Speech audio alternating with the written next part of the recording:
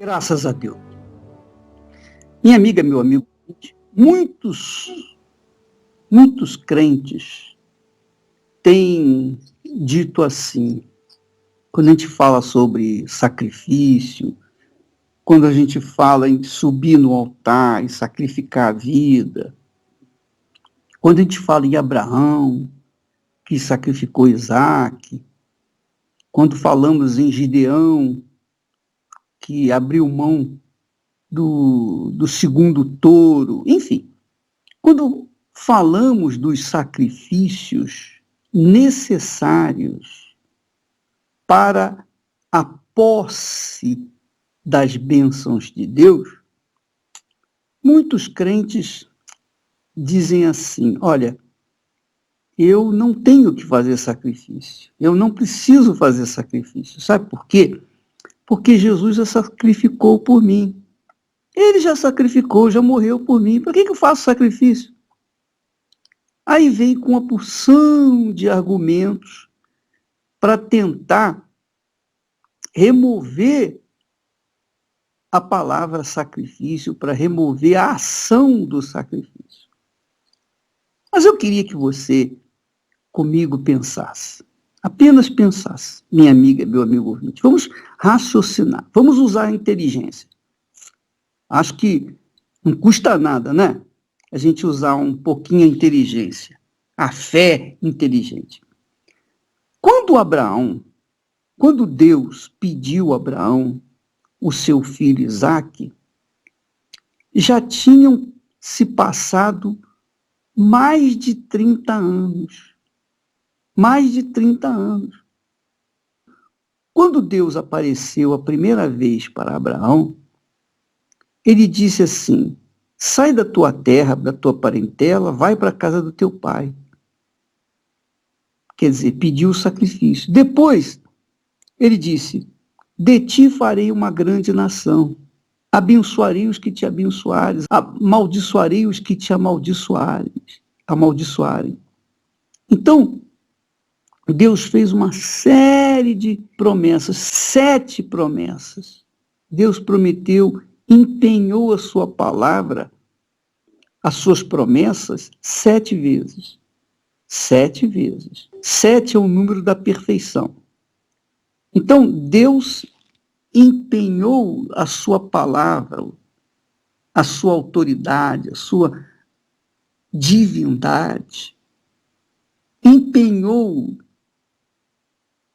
toda a sua autoridade na promessa que fez a Abraão.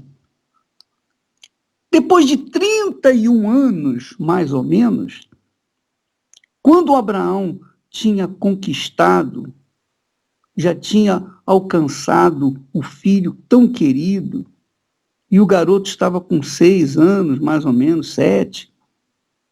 Quando Abraão já estava estabelecido nas suas conquistas materiais, faltava ainda a multiplicação da sua descendência, que viria com o tempo, que Deus não poderia cumprir a promessa de fazer de Abraão ter uma descendência como as estrelas do céu, porque isso dependeria de tempo, dependeria dos anos, dos séculos, dos milênios.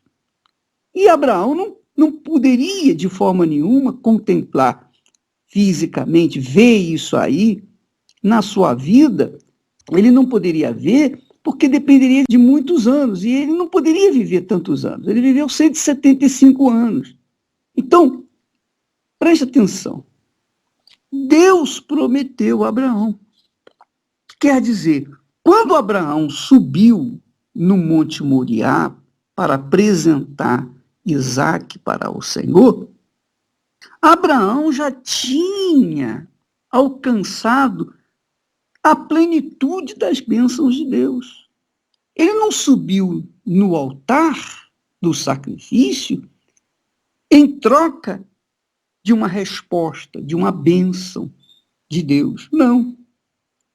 Ele subiu exclusivamente para sacrificar por conta da obediência que ele estava demonstrando na palavra de Deus.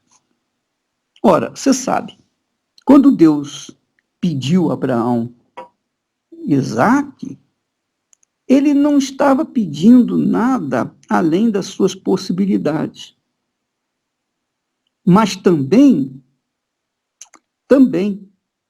ele não pediu e prometeu, vou fazer isso, vou fazer aquilo.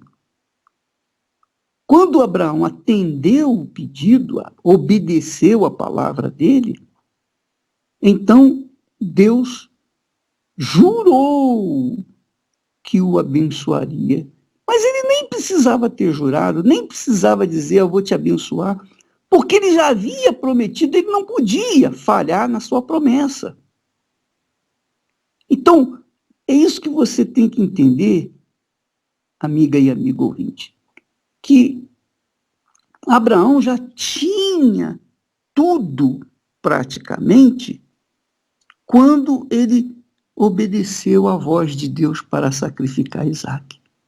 Já tinha tudo. Ele não subiu no Monte Moriá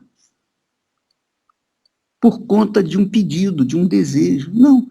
Ele subiu por conta da sua obediência à sua palavra.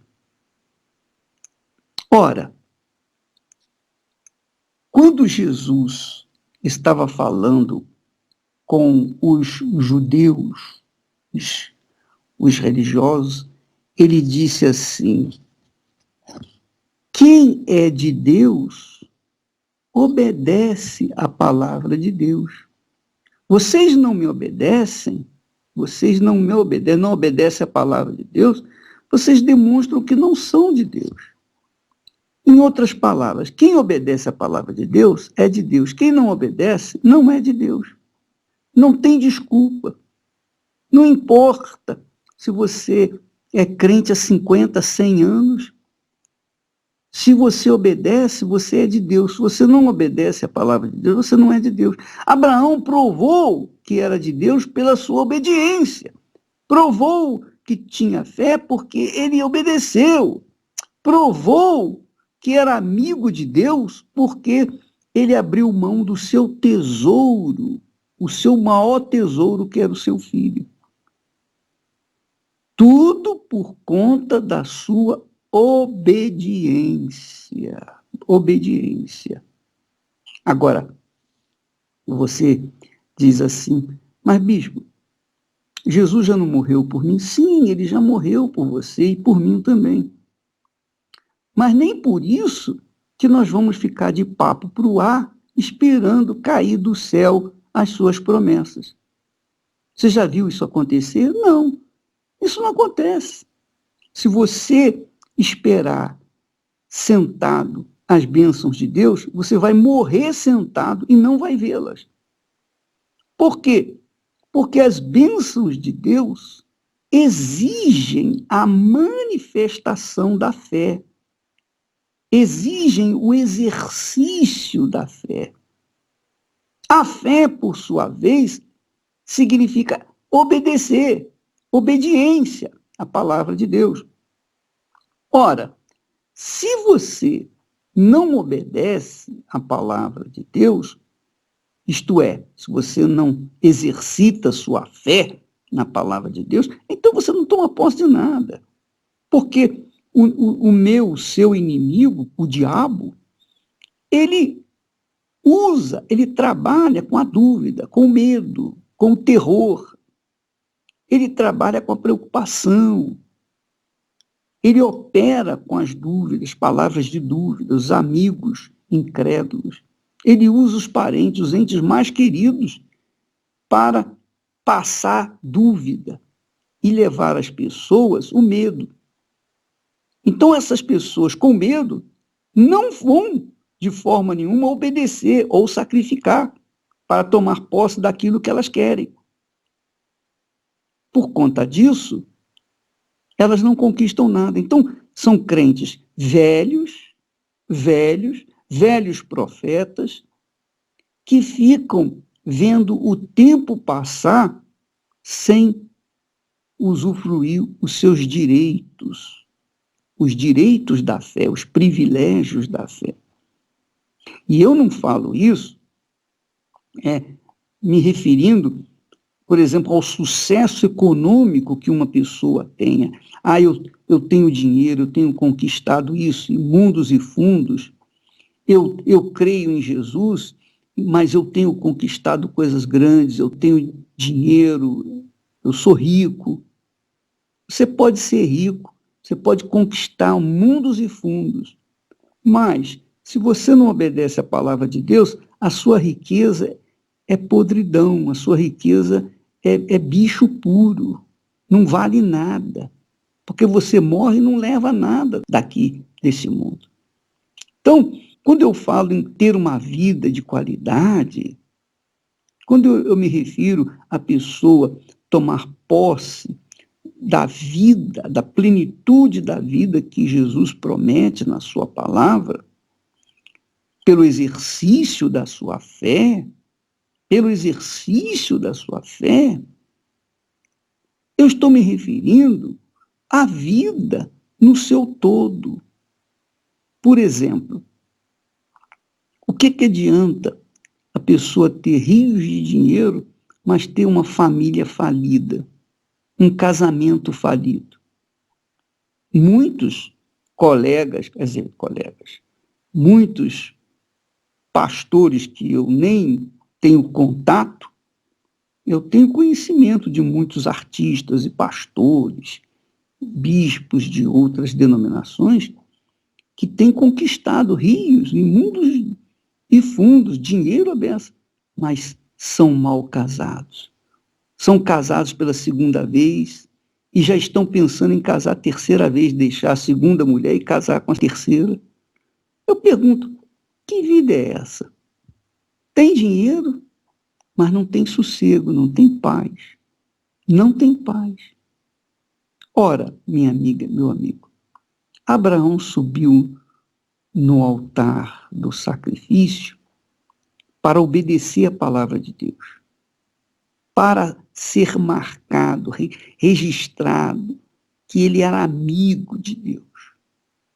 Ele não subiu por um objetivo pessoal, ele subiu pelo objetivo de Deus, que era obedecer a sua palavra. Repito, Jesus disse lá em João 8:47, quem é de Deus ouve a palavra de Deus, obedece a palavra de Deus. E quem não é de Deus não obedece a palavra de Deus. Essa é a realidade, ou você é ou você não é de Deus. Então muitas pessoas, crentes, que têm aquela convicção de Jesus como Senhor e Salvador, vivem, no entanto, uma vida nos limites da miséria física e espiritual. São pessoas vazias. Eu tenho atendido tantos pastores, não só da Igreja Universal, mas de outras denominações que vêm falar conosco. Bispo, eu não sei o que há comigo, eu sou fiel a Deus, eu vou na igreja, eu oro, eu jejuo, eu sou dizimista, mas a minha vida não tem sabor. Eu não tenho visto na minha vida aquela vida abundante que Jesus prometeu. Jesus disse: o diabo veio para matar, roubar e destruir, mas eu vim trazer vida e vida com abundância. Eu não tenho visto isso. Por quê? Porque essas pessoas não têm visão. Não têm visão. Não têm a visão da fé. Não têm a visão do sacrifício. Não têm a visão de negar a si mesmo. Por quê? Porque elas estão convictas que Jesus já sacrificou, que elas não têm mais que sacrificar. Tá bem. Ninguém é obrigado a sacrificar. Sacrifica aquele que crê. Quando a pessoa não crê, ela não sacrifica. Ora essa. Eu criei e eu sacrifiquei. Eu creio e eu sacrifico. Mas é porque eu creio. Então, muitas pessoas dizem, mas, ô bispo, qual é o segredo que o senhor tem? Eu sacrifico. E eu não sacrifico parte de mim, eu sacrifico 100% de mim.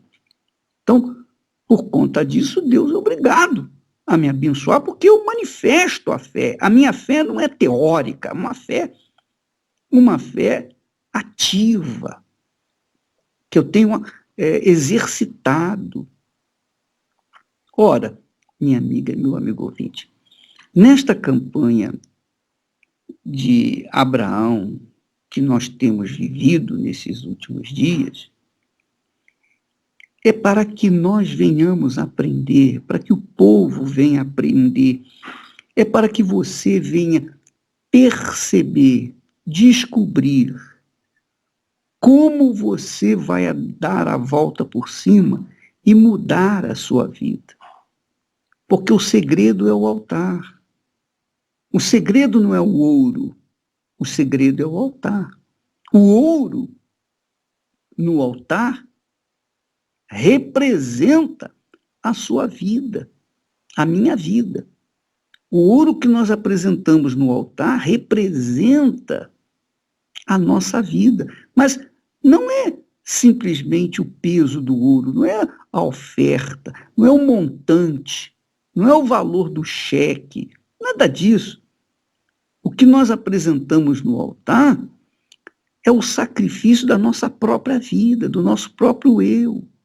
Nós deixamos a vida de erros, nós deixamos a vida de egoísmo, nós deixamos a vida de mentiras, de enganos, nós deixamos a vida de prostituição, nós deixamos a vida irregular que vivíamos, ou que vivemos, em troca de uma vida nova.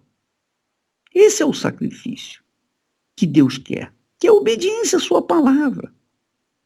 Então, minha amiga, meu amigo, eu sei que quando se fala em uma vida íntegra, uma vida que glorifica a Deus, nem todos estão dispostos. Todo mundo está disposto para receber, nem sempre para dar.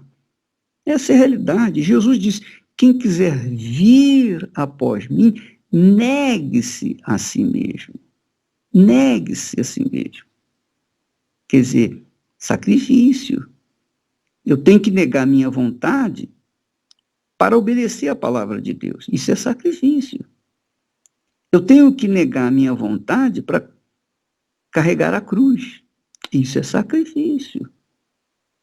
Eu poderia simplesmente trocar minha cruz por um palito de fósforo ou um palito de dente. É muito mais fácil carregar. Agora, se eu quero tomar posse da vida, da plenitude da vida, a partir daqui, deste mundo, eu tenho que sacrificar.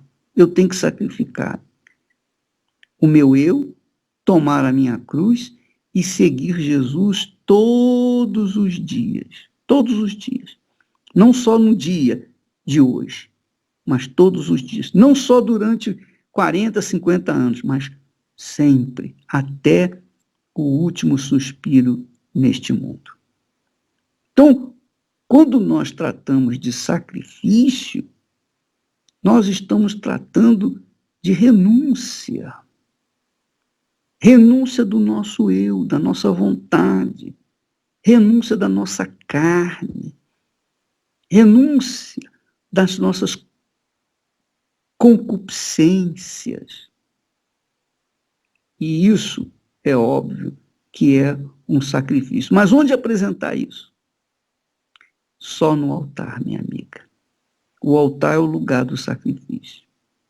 Não é no altar que a gente casa, é ou não é? É no altar que você casa, que nós casamos. Você que é solteira, solteiro, que sonha em se casar, o que você quer? Você quer subir no altar. Você não precisa casar para ter um homem ou para ter uma mulher. Mas se você quer selar a sua vida, começar uma vida certa, correta, e ter os seus filhos dentro de uma instituição sagrada, que é o casamento. Você dá testemunho para os seus próprios filhos do seu casamento, da sua aliança com a sua mulher, o seu marido. Então você tem que subir no altar. E toda noiva quer subir no altar, quer mostrar o vestido bonito, etc. e tal, que é a festa, enfim. Mas o que vale ali no altar é o empenho da palavra. Olha, eu entrego a minha vida para você, seja na doença, na saúde, na riqueza, na pobreza, quaisquer que sejam as circunstâncias, eu faço esse pacto contigo. Eu vou viver daqui para frente só para você. Daqui para frente não vai ser minha mãe nem meu pai que vai me orientar. Não, você. Eu vou ouvir a sua voz, você vai ouvir a minha voz e nós dois vamos caminhar juntos. Quer dizer, há um pacto, há uma aliança, há um sacrifício. Porque até ali, ela ou ele viviam segundo a sua vontade. Mas a partir do momento em que sacrificam as suas vidas no altar, empenham suas vidas no altar, então, o que acontece? Começa uma nova vida, uma vida de sacrifício todo dia. Quando a pessoa casa e não vai em frente no seu casamento, ele quebra aquela aliança, então ele também traz problemas para si, traz graves problemas para si. Então, é a mesma coisa com Deus. Você casa com Deus no altar. E se você quebra essa aliança com Deus, quer dizer, se você quebra esse sacrifício diário, se você deixa de sacrificar diariamente na obediência à palavra dele, então não há mais casamento, não há mais aliança, não há mais pacto. E, consequentemente, você vai colher os frutos dessa dúvida, desse medo, das preocupações que você absorve quando não está vivendo em comunhão com Deus.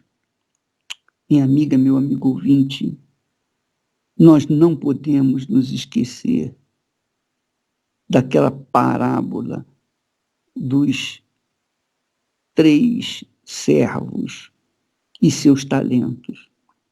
O servo mau e negligente, ele, ao invés de apresentar lucro do seu talento, ele apresentou apenas desculpas. Por quê? Porque ele não estava na fé. Não estava na fé. E quando a gente não está na fé, a gente não tem visão do que devemos ou devemos fazer. Você, quando está na fé, você tem visão, tem entendimento. Vou aplicar aqui, vou aplicar ali, vou investir nisso, vou investir naquilo, vou fazer isso, vou fazer aquilo outro. Quando você tem fé, você tem sonhos e projetos.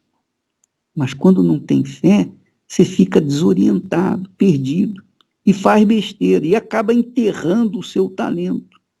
Era mais fácil, ou seria mais fácil, para o servo mau, pegar o seu talento e entregar aos banqueiros para que eles dessem com juros o seu talento. Era mais fácil do que fazer um buraco no chão e enterrar o talento. Mas ele não teve essa visão. Mas não teve essa visão por quê? Porque não tinha fé. E por que não tinha fé? Porque não estava disposto a sacrificar o seu eu. Ele era mau, tinha maus olhos, olhos invejosos. Porque ele era um fracassado, ele ficava com inveja dos outros que estavam desenvolvendo o seu trabalho. Minha amiga, meu amigo, não é possível viver a fé, não é possível viver pela fé sem o sacrifício. Não é possível você alcançar vida pela fé sem o sacrifício. Você tem que sacrificar. Eu tenho que sacrificar. A fé exige isso. A fé exige isso. E onde que nós fazemos o sacrifício? No altar. É no altar que nós empenhamos a nossa palavra, é no altar que nós fazemos o nosso sacrifício. Eu espero que você tenha entendido, para que você não venha cair no conto, na lorota desse pessoal que diz assim: ah, Jesus já sacrificou, eu não tenho que sacrificar. Ah, tem também escrito na Bíblia, sacrifício agradável são um coração puro, quebrantado. Ora, minha amiga, meu amigo ouvinte, diga para mim uma coisa, como é que está a sua vida? Faça um balanço da sua vida de crente. Você tem crido em Jesus, mas tem sido fracassado. Fracassado no amor, fracassado na vida profissional. Você tem sido como uma pessoa vazia, triste. Mas você tem fé em Jesus, pelo menos você diz. Por que isso? Porque você não aprendeu a exercitar a sua fé. Você não aprendeu a usar a sua fé, a sacrificar. Porque o sacrifício é atitude de fé. Atitude de fé é obediência à palavra de Deus. Foi isso que Abraão fez. Ele obedeceu, ele subiu no Moriá para obedecer à palavra de Deus.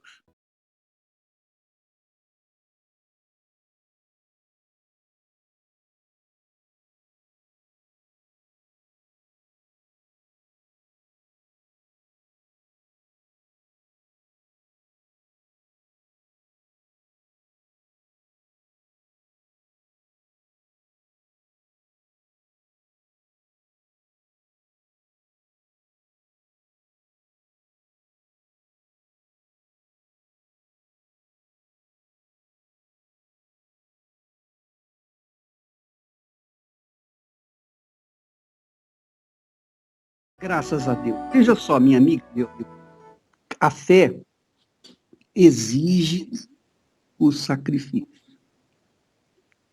Não há como você demonstrar fé sem sacrificar. A mesma coisa no que diz o relacionamento afetivo. O rapaz diz para você: olha, eu te amo. Aí você fala assim: bom, se você me ama, casa comigo. Ah, eu não posso, agora não dá. Vamos esperar. Não, então não existe amor. Não existe amor. Porque quando há amor, a gente faz das tripas coração para casar com a pessoa que ama. Isso aconteceu comigo, entre eu e a Esther. Eu fiz das tripas coração para me casar com ela porque eu amava. Isso prova o nosso amor. A mesma coisa é a fé. O que prova a fé é o sacrifício, é a obediência à palavra de Deus. Se você não obedece à palavra de Deus, então não adianta nada você manifestar fé ou dizer que tem fé. Então, a fé está associada ao sacrifício. E eu diria para você, vou além, essa é a grande revelação que o Espírito de Deus nos deu e que a Igreja Universal aprendeu a obedecer e tem avançado pelos 4 cantos do mundo, porque aprendeu o segredo da conquista, que é a fé, mas a fé no sacrifício. A fé que envolve o sacrifício. Do contrário, não há fé. E não havendo fé, não há conquista. Deus abençoe, em nome do Senhor Jesus.